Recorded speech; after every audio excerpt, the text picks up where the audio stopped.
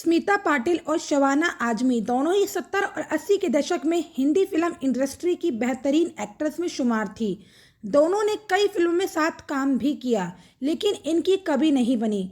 इनका झगड़ा क्यों हुआ और शबाना को आखिर किस बात का पछतावा है?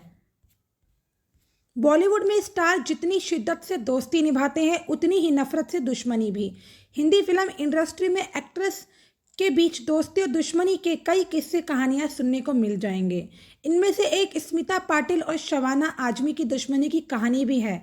स्मिता ने महज 31 साल की उम्र में दुनिया को अलविदा कह दिया था, लेकिन अपने पीछे वो ढेर सारी यादें छोड़ गई। इन यादों में शबाना संग उनकी लड़ाई भी शामिल है।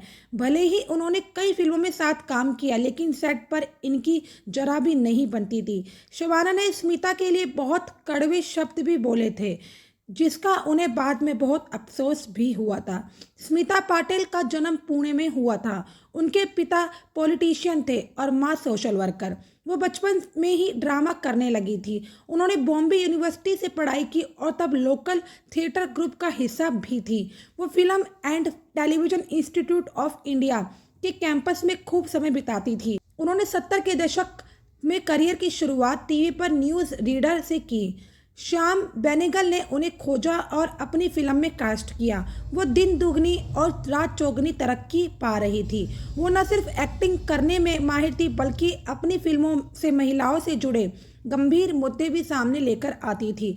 इस दौरान शबाना आजमी भी नाम कमा रही थी।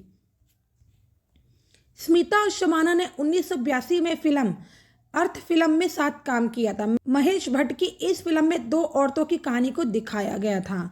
फिल्म में दोनों ही एक्ट्रेस ने शानदार एक्टिंग की थी। बॉलीवुड में 70 और 80 के दशक की नंबर 1 एक्ट्रेस में से एक शबाना और स्मिता साथ में कॉन्स फिल्म फेस्टिवल में भी गई थी। शबाना ने खुद सोशल मीडिया पर करीब 46 साल पहले की तस्वीर शेयर की थी। दोनों साड़ी में सादे लुक में थी।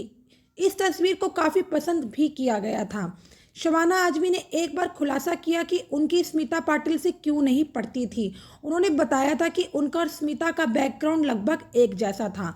दोनों को ही श्याम बेनेगल ने लॉन्च किया था। दोनों के ही पेरेंट्स सोशलिस्ट मूवमेंट से जुड़े हुए थे।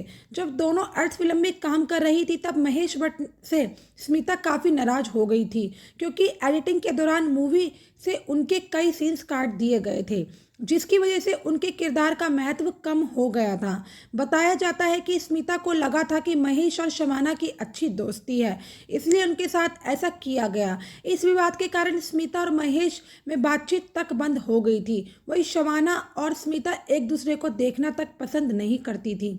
आपको जानकर हैरानी होगी कि शबाना और स्मिता की फैमिली का आपस में रिलेशन बहुत अच्छा था, लेकिन वो एक दूसरे से नफरत करती थी। इसको लेकर शबाना ने स्मिता की मौत के बाद कहा था कि उन्होंने बहुत गलतियां की थी।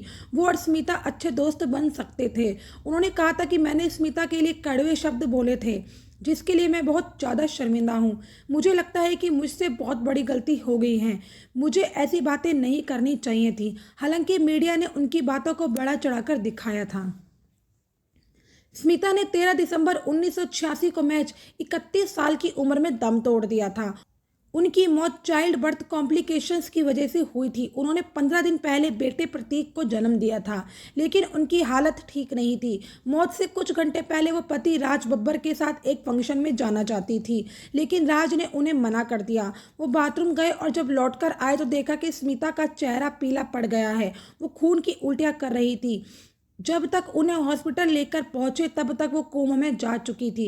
डॉक्टर्स उन्हें बचा नहीं पाए। ये भी कहा जाता है कि अगर स्मिता का सही समय पर इलाज होता तो उनकी जान बच सकती थी। स्मिता पाटिल एक्टिव फेमिनिस्ट थी और मुंबई में वुमेन सेंटर की मेंबर भी थी।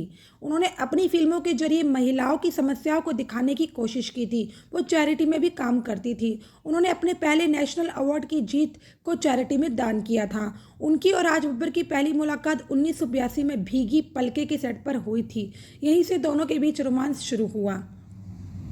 जबकि राज बब्बर पहले से ही शादीशुदा थे, उन्होंने स्मिता के लिए पत्नी नादिरा बब्बर को छोड़ दिया था। इस वजह से दोनों स्टार्स की काफ़ी आलोचना भी हुई थी। बॉलीवुड की मशहूर एक्ट्रेस स्मिता पाटिल का फिल्मी सफ़र सिर्फ 10 साल का रहा। वो न सिर्फ फिल्मों बल्कि राज बब्बर से अपने संबंधों की वजह से भी चर्चा में रही। मौत के बाद भी उन्होंने चर्चा बटोरी। सिर्फ 31 साल की उम्र में उनकी अचानक मौत आज भी रहस्यमयी है। अपने सशक्त अभिनय से पहचान बनाने वाली स्मिता पाटिल का जन्म 17 अक्टूबर 1956 में हुआ था। उनका नाम स्मिता रखने जाने के पीछे भी एक दिलचस्प कहानी है।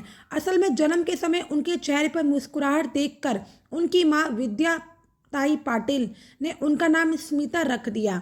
यह मुस्कान आगे चलकर भी उनके व्यक्तित्व का सबसे आकर्षक पहलू बनी। स्मिता पाटिल अपने गंभीर अभिनय के लिए जानी जाती है, लेकिन बहुत कम लोग जानते हैं कि फिल्मी पर्दे पर सहज और गंभीर दिखने वाली स्मिता असल जिंदगी में बहुत शरारती थी। स्मिता पाटिल की जीवनी लिखने वाली मैथिली राव कहती है कि स्मिता को वायरल इन्फेक्शन की वजह से ब्रेन इन्फेक्शन हुआ था। प्रतीक के पैदा होने के बाद वो घर आ गई थी। वो बहुत जल्द हॉस्पिटल जाने के लिए तैयार नहीं होती थी। कहती थी कि मैं अपने बेटे को छोड़कर हॉस्पिटल नहीं जाऊंगी। जब ये इन्फेक्शन बहुत बढ़ गया तो उन्हें जसलोक हॉस्पिटल में भर्ती कराया गया। स्मिता के अंग एक के बाद एक फेल होते गए। जीवन के आखिरी दिनों में स्मिता का राज बब्बर के साथ रिश्ता भी बहुत सहज नहीं रह गया था। स्मिता पाटिल की एक आखिरी इच्छा थी कि उनके मेकअप आर्टिस्ट दीपक सावंत बताते हैं कि स्मिता कहा करती थी कि दीपक, जब मर जाऊंगी तो मुझे सुहागन की तरह तैयार करना।